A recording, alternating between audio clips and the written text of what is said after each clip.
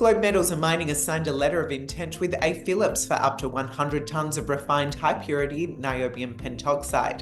The letter of intent outlines the framework for both parties to negotiate a binding offtake agreement for 32% of Phase 1 niobium production from the now under development Kanyika Niobium Project, located in Malawi in Africa. Such agreements are a critical component of the project's development and the subsequent generation of sustainable cash flows.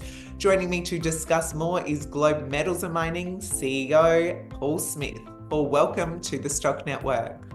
Yeah, thank you. Good to be here once again. Thanks, Lal. Now, a key part of your stated development plan for the Kanyika project is to quickly get offtake agreements in place for the Phase 1 production. Why are such agreements so important ahead of any production occurring? Yeah, so these firm commitments on offtake are critical for any type of project going into development, because obviously when one finalizes your bankable feasibility study, the funders want to know that offtake is assured, and obviously that leads to revenue and cash flow. So very important for us, and given our stage in the project going into development, this is great news for us. Brilliant. Now, Affilips, the group that Globe Metals and Mining has signed this letter of intent with, is leading really with the supply of master alloys. Can you explain why the latter group's customers, where they're located, and also what industries they operate in? Yeah, so Philips is based in the Netherlands. They are one of the world's great master alloy providers. They've been operating since the 1960s. They produce well over 50,000 tons of master alloys, and they supply customers in 80 countries around the world. So really well established. Just a quick background on what a master alloy is it's an alloy of other aluminium, copper, nickel, and the likes. So, for example, they would be interested in our niobium to produce a very high purity nickel niobium alloy.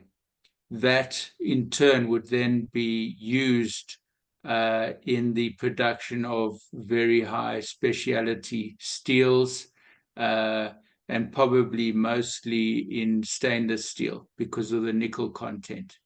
So these master alloys, even Philips, it's like a chef who then adds spices to his cooking, to quote the Philips website.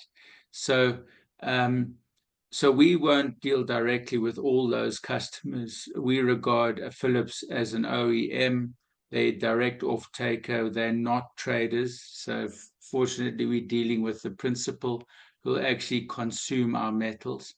So it's really, really exciting.